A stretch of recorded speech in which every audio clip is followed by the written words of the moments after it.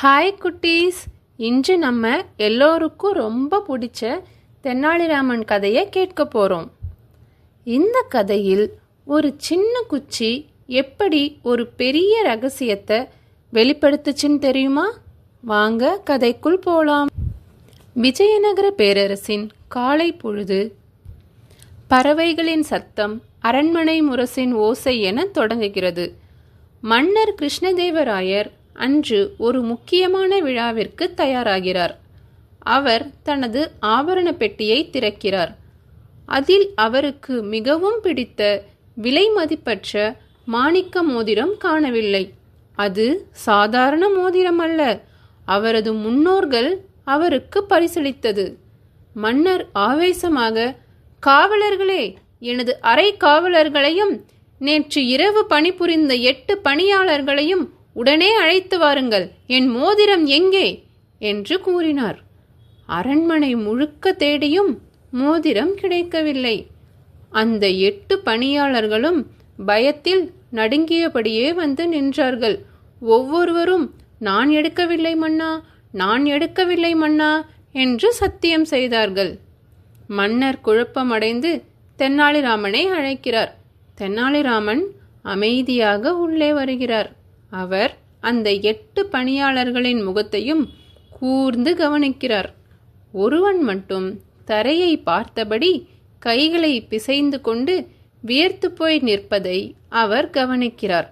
தெனாலிராமன் மன்னரிடம், மன்னா, கவலைப்படாதீர்கள், இந்த திருடனை பிடிக்க என்னிடம் ஒரு மாய வழி இருக்கிறது. நாளை காலைக்குள் உங்கள் மோதிரம் கிடைத்துவிடும் என்றார். தெனாலிராமன் காவலர்களிடம் 8 சமமான மரக்குச்சிகளை கொண்டு வர சொல்கிறார். ஒவ்வொன்றும் சரியாக 1 அடி நீளம். அவற்றை அந்த 8 பணியாளர்களிடமும் கொடுக்கிறார். தெனாலிராமன் கம்பீரமாக, பணியாளர்களே, இவை சாதாரண குச்சிகள் அல்ல, இவை காளி தேவியின் வரம் பெற்ற மாயக்கோள்கள். நீங்கள் இன்று இரவு இந்த குச்சிகளை உங்கள் அறையில் வைத்துக் கொள்ளுங்கள். உங்கள் 8 பேரில் யார் திருடனோ அவன் கையில் இருக்கும் குச்சி மட்டும் இன்று இரவு சரியாக 1 அங்குலம் உயரமாக வளரும். நாளை காலை அரசவைக்கு வரும் பொழுது நான் குச்சிகளை அளந்து திருடனை கண்டுபிடிப்பேன். பணியாளர்கள் பயத்துடன் குச்சிகளை எடுத்து செல்கிறார்கள். அன்று இரவு திருடன் தூங்க முடியாமல் தவிக்கிறான். நாளை காலை என் குச்சி 1 அங்குலம் வளர்ந்து நின்றால் என் தலை உருண்டு விடுமே என்று பயப்படுகிறான். அவன் ஒரு தந்திரம் செய்கிறான். குச்சி 1 அங்குலம் வளரும் என்றுதானே தெனாலிராமன் சொன்னார். நான் இப்பொழுதே இந்த குச்சியில் சரியாக 1 அங்குலத்தை வெட்டி எறிந்து விடுகிறேன். பிறகு இரவு அது 1 அங்குலம் வளர்ந்தாலும் மற்றவர்களின் குச்சி அளவிற்கு சமமாகத்தானே இருக்கும்.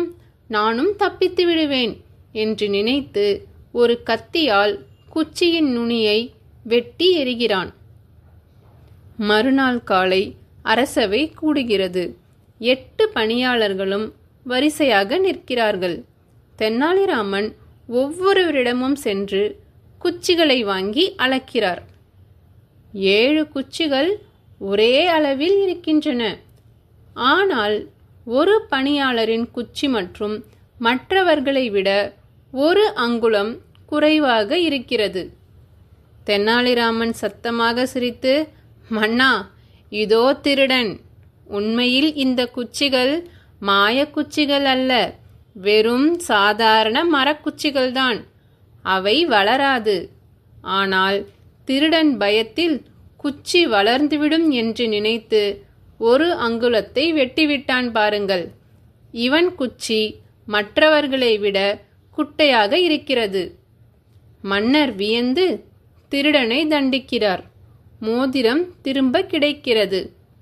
தெனாலிராமனின் புத்திசாலித்தனத்தை மெச்சி அவருக்கு பொற்காசுகளை வழங்குகிறார் கிருஷ்ணதேவராயர். குட்டீஸ், இந்த கதையிலிருந்து நம்ம என்ன கற்றுக்கலாம்? பயம் தவறு செய்தவனை தானாகவே வெளிப்படுத்தும். அதனால் எப்பொழுதும் உண்மையா இருக்கணும், சரியா? நாளைக்கு மீண்டும் ஒரு புதிய கதையுடன் சந்திப்போம். இனிய இரவுகள். Sweet dreams. பாய் குட்டீஸ்.